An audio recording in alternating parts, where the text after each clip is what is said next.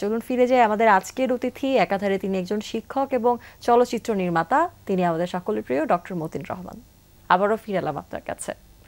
শুরুতে বলছিলাম যে আজকে আমাদের ভীষণ জনপ্রিয় এবং দুর্দান্ত একজন অভিনেতা, যিনি আমাদের প্রিয় হুমায়ুন ফরিদী, তার জন্মদিন। হুমায়ুন ফরিদীর জন্মদিনে তার জন্য জন্মদিনের অনেক অনেক শুভেচ্ছা রইল। আশা করছি তিনি যেখানেই থাকুক না কেন তার কাজের মধ্য দিয়ে তিনি বেঁচে আছেন, এবং এই শুভেচ্ছা এবং তাকে স্মরণ করার সবকিছু আসলে তার কাজের জন্য, তার জন্য। শুরুতেই তার কোন বিষয়টি নিয়ে আপনি কথা বলতে চান? মানুষ হুমায়ুন ফরিদী, তার যে মানবিক সত্তা, তার সঙ্গে সংমিশ্রিত তার শিল্প সত্তা, এই প্রসঙ্গ নিয়ে কথা বলতে চাই। প্লিজ। উনি খুব ভালো মানুষ ছিলেন, খুবই আন্তরিক মানুষ ছিলেন, সবাইকে সম্মান করতেন, ভালোবাসতেন এবং খুব মেধাবী ছিলেন। নাটকের সময় তো আর আমরা ওনার সাথে তো আর আমাদের যোগাযোগ বা সংস্পর্শ তৈরি হয়নি, আমাদের হয়েছিল সিনেমায় যখন সে কাজে আসলেন আর কি। একটু ইন্টারাপ্ট করতে চাই, সেটা হচ্ছে যে মতিন ভাই, আপনি ব্যক্তি বা মানুষ হুমায়ুন ফরিদীর কথা বলতে চান, তার আগে আমার বা আমাদের দর্শক যারা আছে তারা কিন্তু আমরা সব সময় তাকে দেখেছি যে অল্প কিছু জায়গায় তাকে আমরা খুব পজিটিভ চরিত্রে পেয়েছি, বাকি সব জায়গায় আমরা তাকে দুষ্ট মানুষ হিসেবে দেখেছি। তিনি আসলে পর্দার দুষ্টু মানুষ, আড়ালে আসলে তিনি কেমন মানুষ ছিলেন? আড়ালে অসম্ভব ভালো মানুষ, অসম্ভব প্রিয় মানুষ, এবং মানবিক যত গুণাবলী থাকা দরকার তার মধ্যে ছিল আর কি, যার সঙ্গে তার সম্পর্ক তৈরি হতো আর কি।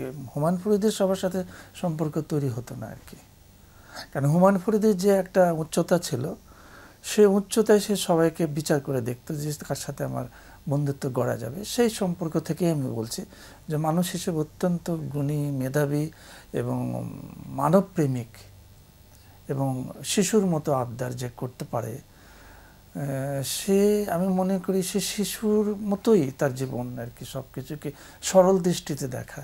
দেখেন, রবীন্দ্রনাথ একটা কথা বলছে যে যখন আমরা প্রকৃতিকে ভিন্ন ভিন্ন ভাগ করি তখন স্বার্থ ভাগ হয়ে যায়, আর প্রকৃতিকে যখন একত্র দেখি তখন প্রকৃতি শিশুর মতো মানুষের কাছে আসে। তা আমাদের সবারই উচিত শিশুর মন নিয়ে প্রকৃতি, শিশুর মন নিয়ে মানুষ, শিশুর মন নিয়ে বিশ্বজগৎ দেখা উচিত। তো যেদিন আমরা দেখব সেই আনন্দ মুহূর্তেই আমরা পাবো।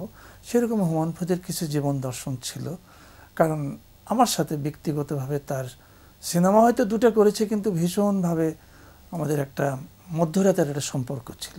মানুষ মানুষকে কখন সময় দেয়? দেওয়ার সময় আছে বলেন? প্রিয়জনকে দিতে পারে, বা ভালো লাগার মানুষকে দিতে পারে, বা নিজের আবেগ, নিজের ইচ্ছা, নিজের স্বপ্ন, নিজের বেদনার কথা বলতে তাদেরকে সে সময়। আপনি কেন তার প্রিয় হয়েছিলেন? মানে যেটা বলছিলেন, হুমায়ুন ফরিদী আসলে সবার কাছে সহজ ছিলেন না, সবার সাথে তিনি মিশতেন না। এই যে আপনার সাথে রাত বিরাতে ফোনে কথা বলা, দীর্ঘ সময়ের আলাপনে আপনাদের মাঝে জীবনের অনেক আচ্ছা, আপনি তো বলছেন যে কিভাবে হলো এই সম্পর্ক, তো তলিয়ে দেখা, মানে আমি তো দেখি নাই যে উনি কেন আমাকে পছন্দ করতো আর আমি তাকে কেন পছন্দ করতাম। প্রশ্নটা হচ্ছে যে কোথাও না কোথাও ভালো লাগে। যে বলে না, বিজ্ঞান বলে না যে আপনার এই দাঁতটা সুন্দর, এই দাঁত থেকে যদি কোনো কণটা ঝরে আমার চোখকে আকর্ষণ করে, তাহলে আপনাকে ভালো লাগবে। হয়তো কোনটাতে ভালো লাগে, হয়তো আপনার দাঁতে ভালো লাগবে, হয়তো না হলে আপনার চাউনিতে ভালো। তো নিশ্চয়ই কোনো কোয়ান্টা বিচ্ছুরিত হয়েছে তার আর আমার মধ্যে। আরো একটা বিষয় বলছিলেন, উনি খুব ছেলে মানুষের আবদার করতেন। তার কোনো প্রিয় আবদার আপনার মনে পড়ছে এই মুহূর্তে? প্রিয় আবদার বলতে কি, শুটিং সময়ে সে যে যে কাজগুলো করতো আর কি, মানে শিশুর মতন কাজ করতো। এই জন্য বলছি যে উনি আর হুমায়ুন ফরিদী এবং এটিএম শামসুজ্জামান যখন অভিনয় করতো তখন দুইজনে কিন্তু সমান। আপনারা লক্ষ্য করে দেখবেন যে দুইজনের চরিত্রগত বিন্যাস চলচ্চিত্রের প্রতি এবং নাটকে একই রকম কিন্তু। কারণ বাংলাদেশে সাধারণত ভিলেন মানে, ভারতে মানে ভিলেন মানেই হলো নানা রকমভাবে হিংসাত্মক কাজ, মুখ খিচুনি ইত্যাদি। ওরা কিন্তু তা না, এই দুইটি মানুষ কিন্তু সরল ভঙ্গিতে চলে, হাসির মাধ্যমে মানুষকে যেমন হাসায়, ঠিক হাসির মাধ্যমে মানুষকে তারা নানা রকম ভয়ভীতি দেখায় আর কি। তো এটা ছিল হুমায়ুন ফরিদীর চরিত্র আর এটিএমের চরিত্রের মধ্যে ইয়ে। তো এই দুটো মানুষকে যেমন আমরা খুব পার্থক্যকরণ করতে পারি না। তো এখন মনে করেন শুটিং করছেন, এটা হঠাৎ আবদার করে এখন শুটিং হবে না, এটা বাদ দেন, তো এই কাজটা করি আর কি। আমার কিন্তু ক্ষতি হচ্ছে, কিন্তু না না থাক, এটা আমি এমনি বলেছি, আপনাকে পরীক্ষা করলাম আর কি। মানে কাজের ব্যাপারে সিরিয়াস, আলাপের ব্যাপারে সে শিশুর মতো আর কি, তাই না? তো অনেক গল্প আছে, এত গল্প কোন গল্পটি বলবো আমরা? খুব মনে পড়ছে এরকম কোন স্মৃতি যদি থাকে আমাদের দর্শকদের স্মৃতি যদি মানে ছোট্ট জানাতেন। স্মৃতি একটা আছে, তখন 1904 বা 5 এ হবে, আমি মানে বাইরে বিদেশ থেকে একটি মানে কল রেকর্ডিং করার টেলিফোন সেট নিয়ে আসছিলাম। তখন তো হ্যান্ডসেট না, বাসায় রাখতে হয়। কত সাল বলছিলেন? 94-95 হবে। 94-95। আচ্ছা। তো রেখেছি, রাত্রে ফিরলে মানে কল করলে তার রেকর্ডিং হয়ে থাকে। মানে আমার কাছে খুব আকর্ষণীয় মনে হয়েছিল বিদেশে যা এটা পাওয়ার পরে। তো উনি রাত্রি ঠিক 12টার সময় ফোন দিয়েছে, দেখে যে কল রেকর্ড হচ্ছে, বাজতেছে আর কি। উনি অনেক কথা বলছেন আর কি, যে হ্যাঁ সেই মানুষটা হয়তো অনেক দামি হয়ে গেছে, যে মানুষটা এখন বাসায় নাই, যে মানুষটা এখন কল রেকর্ড করছে আমার কথা, আমি কি গালি দিব, আমি কি তাকে অনেক বকাবকি করব? না না, বকাবকি করার কিছু, উনি তো নাই, শুনেই বা কতটুকু রিয়াক্ট করবে, আমি তো তাকে আর পাচ্ছি না। ঠিক আছে, বড়লোক মানুষ তো, বড়লোকই ভাব ধরেছে আর কি। তো এই যে এই স্মৃতি তো আমি ভুলতে পারবো না, তাই না? পরে দেখা হলো, আরো উৎসবের কথা হলো আর কি। হুমায়ুন ফরিদী ভাইকে ভোলা যাবে না। মানুষ হুমায়ুন ফরিদীকে যেমন আপনি ভুলতে পারছেন না, আপনি তো মানুষ হুমায়ুন ফরিদী এবং পর্দার হুমায়ুন ফরিদী দুজনকেই পেয়েছেন, এবং আমরা যারা শুধুমাত্র পর্দায় তাকে দেখেছি, পর্দার মানুষটিকেও আসলে আমরা ভুলতে পারিনি। এই বাংলা ভিশনের এই আয়োজন আমার আমিতে তার দেওয়া একটা ইন্টারভিউ ভীষণ জনপ্রিয় এখনো পর্যন্ত। সেই টুকরো টুকরো কিছু ক্লিপ এখনো মানুষের হোম পেজে ঘুরে বেড়ায়, তার কথাগুলো। এই যে জীবনমুখী কথাবার্তাগুলো তিনি বলতে পারতেন, আলাপের ছলেই বলছেন, কিন্তু সেটা সারা জীবনের একটা সম্পদ হয়ে গেছে। কথাটা কে বলেছেন? হুমায়ুন ফরিদী বলেছেন।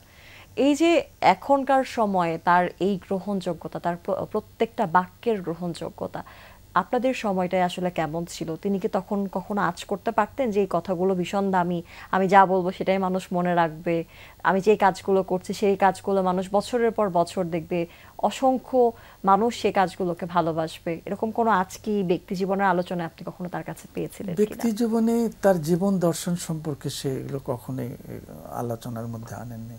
উনি সবসময় আনন্দের ভিতরে কাজ করছেন, যে মুহূর্তে আছেন সে মুহূর্তের আলাপ হতো। কিন্তু এটা তো আপনি যেটা বলছেন যে প্রেম ধীরে ধীরে আসে, আপনি যেটা বলছেন মানুষকে ভালোবাসলে গভীরভাবে ভালোবাসতে হবে, এগুলো নানা কথা তো আমরা এখন নানা রকম কোটেশনই ব্যবহার করছি, তাই না? তো এগুলো তো দর্শনের গল্প, দর্শনের গল্প একটা আড্ডার মধ্যে উনি কখনোই এগুলো কিন্তু বলে। তা আমি আপনার সাথে দেখেন অনুষ্ঠান শুরুতেই কিন্তু কথা হচ্ছিল যে উনি এত উচ্চতায় কি করে উঠলো। এটা তার দর্শনে সে উচ্চতায় উঠেছে। সে নিজেকে স্টাডি করেছে, জীবনকে স্টাডি করেছে, মানুষকে স্টাডি করেছে, স্টাডি করে তার একটা দর্শনের ফিলিংস আসছে বা তার কোটেশনগুলো আসছে আর কি। তো এই চর্চা না করে তো হুমায়ুন ফরিদী হয়নি, আর আমি চাইলেও হুমায়ুন ফরিদী হতে পারবো না। নায়ক নায়িকাদের যে গ্রহণযোগ্যতার জায়গা, ভিলেন হিসেবে আমরা তো তাকে দুষ্ট সমান হুমায়ুন ফরিদীকে আলাদা করবেন না। হুমায়ুন ফরিদীকে নায়ক নায়িকা থেকে আলাদা করা যাবে না তো। ও সমান উপযোগী, সে সমান উপযোগী, যার কারণে তাকে সে একটা ছোট চরিত্র হলো তাকে করতে হয়েছে আর কি। এমনকি আমরা যখন তাকে দেখেছি ভীষণ দুষ্ট চরিত্র, চটুল চরিত্রে অভিনয় করছে। আবার একই সাথে আমরা যখন তার পুরনো কাজে ফিরি, সংসপ্তকে যখন আমরা যাই, কানকাটা রমজানের চরিত্রটি যখন দেখি, যে মানুষ আজও মনে রেখেছে কানকাটা রমজান কে ছিলেন, হুমায়ুন ফরিদী ছিলেন। বা এই যে সালাউদ্দিন লাবলু যে নাটক ভবের হাটে, এটা দেখেন আপনার, যে কৃপণ দুই ভাইয়ের ঝগড়া, কিভাবে এটিএমের সঙ্গে সে পাল্লা দিয়ে অভিনয় করছে না। এমনি ছাড়াও কিন্তু হুমায়ুন ফরিদী নাটকের নানা চরিত্র কিন্তু সে নিজেকে নতুন খোলস বলছি পারি, মানে নতুনভাবে সে আসছে। মানে সেই 27-28 বছরের যুবক বৃদ্ধের চরিত্রে অভিনয় করছে আর কি, হাত পা কাঁপছে, চুলদারি পাকাইছে। এগুলো কিন্তু পরিণত চিন্তার ফসল আর কি, এত সহজ কিন্তু নয় আর কি। আবার সে হাস্যকৌতুকের অভিনয় করছে আর কি, পুরোদমে আর কি। আমরা বর্তমান সময়ে যখন সিনেমা নিয়ে কথা শুনি, তখন আমরা শুনি যে নায়কের সম্মানী, নায়িকার সম্মানী, নির্মাতার সম্মানী, অনেক বিষয় আসে। হুমায়ুন ফরিদী আজ আমাদের মাঝে নেই, কিন্তু সেই সময় তার যে তুঙ্গস্পর্শী জনপ্রিয়তা, তার যে চাহিদা প্রত্যেকটি সিনেমায়, যেহেতু তার সাথে তার ব্যক্তিগত সম্পর্ক ছিল, আমি একটু জানতে চাই যে সেই সময় সম্মানী নিয়ে আপনার সাথে কোনো কথা তার হতো কিনা, বা কাজের ক্ষেত্রে সম্মানীটা তার কাছে কিভাবে তিনি আসলে ব্যাপারটাকে ডিল করতেন? না, আপনি উনি নিজে বলেছে জীবন ও জীবিকার তাগিদে আমি সিনেমা করেছি। এটাও সত্য, আবার এটাও সত্য যাকে তার ভালো লেগেছে, যার স্টোরি ভালো লেগেছে, যার নির্মাণ কৌশল ভালো লেগেছে, তার সাথে সে বিনা পয়সায় কাজ করেছে, আমার সাথে সে বিনা পয়সায় কাজ করেছে। বাংলাদেশের তো হুমায়ুন ফরিদির মতো অনেক মানুষকে দরকার, অনেক অভিনেতাকে দরকার। ফরিদির মতো দরকার, কিন্তু ফরিদিকে তো পাবো না, নিশ্চয়ই তৈরি হবে। যারা সম্ভাবনা কি দেখছেন একজন নির্মাতা হিসেবে এ আপনি? পর্যন্ত দেখা যাচ্ছে না, না। কিন্তু অন্যরা তাদের নিজস্ব সক্রিয়তা কিন্তু অনেক ভালো করছে। আমরা ফরিদির মডেল যদি ভেবে বসি তাহলে তো মুশকিল। উত্তম কুমারের তো মডেল, সুচিত্রার মডেল তো হওয়া যাবে না। কাজ তো অনেকেই ভালো করছে এখনকার নির্মাতারা, যেমন ভালো কাজ করছে, শিল্পীরা তো অসাধারণ। আপনার কাছে একটু জানতে চাই, আপনি একজন নির্মাতা, দীর্ঘদিন আপনার কাজ আমরা পাচ্ছি না, আর কত বলেন? সামনে কোনো কাজ আসতে যাচ্ছে কি? না, স্বপ্ন দেখায় লাভ নাই আর কি। কেন করতে চান না? আর নতুনরা অনেক ভালো করছে, ওদের সাথে পারবো না আমি। ওদের গল্প, ওদের কম্পোজিশন, ওদের ম্যানেজমেন্ট, সেট ডিজাইন আমি পারবো না। পারবো না মানে কি, আমার মস্তিষ্ক পারবে। কিন্তু আপনার সিনেমা তো আজও মানুষ দেখছে। সেটা ওই যুগের, কিন্তু আপনি কিন্তু দেখেন না। আপনার মা দেখে, আপনার খালা দেখে। আমি তাদের কাছে পরিচালক, আপনার কাছে নেই। আপনার কাছে এখনকার যারা নির্মাণ করছে তারা। কিন্তু আমরা তো যুগে যুগে অসংখ্য নির্মাতার নির্মাণকে পেয়েছি, যেসব আমরা সেই সময় থেকে এখন পর্যন্ত বাঁচিয়ে রেখেছি। আজও যখন বিশেষ দিবস আসছে, বাংলাদেশ টেলিভিশন বলি বা বাংলাদেশের অন্যান্য কোনো টিভি চ্যানেলের কথা বলি, বাংলা ভিশনের কথা বলি, আমরা কিন্তু পুরনো সিনেমাগুলো দেখাচ্ছি, নতুন সিনেমাও দেখাচ্ছি, এবং সিনেমার দর্শক আছে, তারা দেখছে। বড় বড় কোনো প্রদর্শনীতে যান বা শিক্ষা প্রতিষ্ঠানের ক্লাবে যান, সেই প্রতিষ্ঠানগুলোতেও কিন্তু আপনাদের পুরনো সিনেমাগুলো আসছে। ওরা 11 জন মানুষ দেখছে, মানুষ শ্যামল ছায়া দেখছে, জয়যাত্রা দেখছে। তারা দেখে, তারা নস্টালজিয়াতে ভোগে, কখনো বা জানতে চায় যে পিছনে আমাদের সিনেমা কালচারটা কেমন ছিল, মেকিং কেমন ছিল। চর্চার জন্য দেখে, ভালো লাগার জন্য দেখে পুরনো শিল্পীদেরকে। মানে এটা তো একটা শিল্পের একটা, আমরা তাই বলে কি পুরনো পেন্টিং দেখবো না? নিশ্চয়ই দেখবো। পুরনো ছবি দেখবো না? নিশ্চয়ই দেখবো আর কি। এবং পুরনোদের নতুন কাজও আসবে, সেটা আমরা প্রত্যাশা করব। আমরা এবার আবার একটু হুমায়ুন ফরিদি প্রসঙ্গে ফিরতে চাই। হুমায়ুন ফরিদিকে নিয়ে জীবনে আপনার কোনো আক্ষেপের জায়গা আছে কিনা, যে হুমায়ুন ফরিদিকে আমরা এই জায়গাটায় হয়তো বা নিতে পারতাম, আক্ষেপের জায়গায় অসময়ে চলে গেল, খুব দ্রুত চলে গেছে, আমরা ধরতেই পারিনি, বুঝতেই পারিনি। আপনার সাথে তো তার নিয়মিত কথা হতো, এবং নিয়মিত কথা হতো। আর আমি কিছু তথ্য পেতাম খোকনের সাথে, যেহেতু খোকন আমার খুব জুনিয়র বন্ধু ছিল, যে কেমন আছে, চলেন যা এখন যে একটু প্রদীপের বাসায় যাই, একটু আড্ডা দিয়ে আসি। এইভাবে আমরা এত ঘনিষ্ঠ ছিলাম যে উনি যে নিজে নিজে শেষ হয়ে যাচ্ছে বা চলে যাবে, উনি সবসময় তো অভিনয় করতেন না, জীবনের অভিনয় পাটেও সে অভিনয় করছে, বুঝতে দেয়নি তার অসুস্থতা। তবে খুব রাগারাগি করতাম, আমরা সিগারেট কেড়ে নিতাম। আপনারা রাগারাগি করলে উনি কি করতেন? সিগারেট প্যাকেট থেকে সিগারেট কমাই ফেলতাম, মানে 4টা-5টা ফেলে দিতাম আর কি। বা অন্য কাউকে। সে সময় তার রাগটা কেমন হতো, বা তিনি আসলে কি? না, উনি তো আবার হয়তো নতুন প্যাকেট নিয়ে আসলো, মানে ওনাকে ফাঁকি দেওয়ার তো সুযোগ নাই। আপনি দিচ্ছেন ফাঁকি, কিন্তু উনি তো ফাঁকিতে পড়বে না আর কি, তাই না? আচ্ছা, হুমায়ুন ফরিদিকে তার জীবদ্দশায় আমরা দেখেছি তিনি জাতীয় চলচ্চিত্র পুরস্কার পেয়েছে, তার অসংখ্য সিনেমা জনপ্রিয় হয়েছে। তারপরেও প্রিয় মানুষের কাছে নিজের আক্ষেপের কথা, অপ্রাপ্তির কথা মানুষ বলে। তার কোনো অপ্রাপ্তির কথা তিনি কখনো আপনাকে বলেছেন কিনা? কখনোই না, আমার মনে হয় কাউকেই বলেনি। এই জন্য তো আমরা বুঝতে পারিনি। মুক্তিযোদ্ধার চরিত্রেই হোক, দুষ্টু মানুষের চরিত্রেই হোক, বা প্রেমিক চরিত্রেই হোক, তার কথাগুলো অমলিন হয়ে রয়ে গেছে, তার হাসিটি অমলিন হয়ে রয়ে গেছে আমাদের মাঝে। আপনাকে অনেক ধন্যবাদ মতিন ভাই, আজ তার জন্মদিনে তার খানিক স্মৃতিচারণ আমাদের সাথে করবার জন্য, আমাদের দর্শকদের সাথে শেয়ার করবার জন্য। হুমায়ুন ফরিদিকে আমরা তো বলতে পারবোই না, আপনারাও পারবেন না। জন্মদিনে আমরা তার আত্মার শুভকামনা করি, সে শান্তিতে থাক, আমাদের স্মৃতিতে থাক।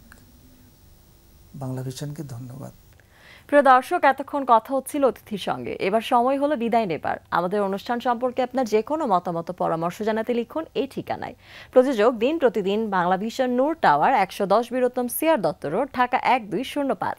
ফোন 96320303 থেকে 4। আমাদের ইমেল অ্যাড্রেস দিন প্রতিদিন @banglavision.tv। মার্কিন সাংবাদিক PJ O'Rourke-এর একটি উক্তি বলে বিদায় নেব আজ। তিনি বলেছেন, সবাই পৃথিবীকে বাঁচানোর জন্য কাজ করতে চায়, কিন্তু কেউ তার মাকে রান্নার কাজে সহযোগিতা করতে চায় না। প্রিয় দর্শক, সবাই ভালো থাকুন, সুস্থ সুন্দর থাকুন, পারলে মাকে সহযোগিতা করুন। আজকে সবার জন্য দিনটি শুভ ও কল্যাণময় হোক।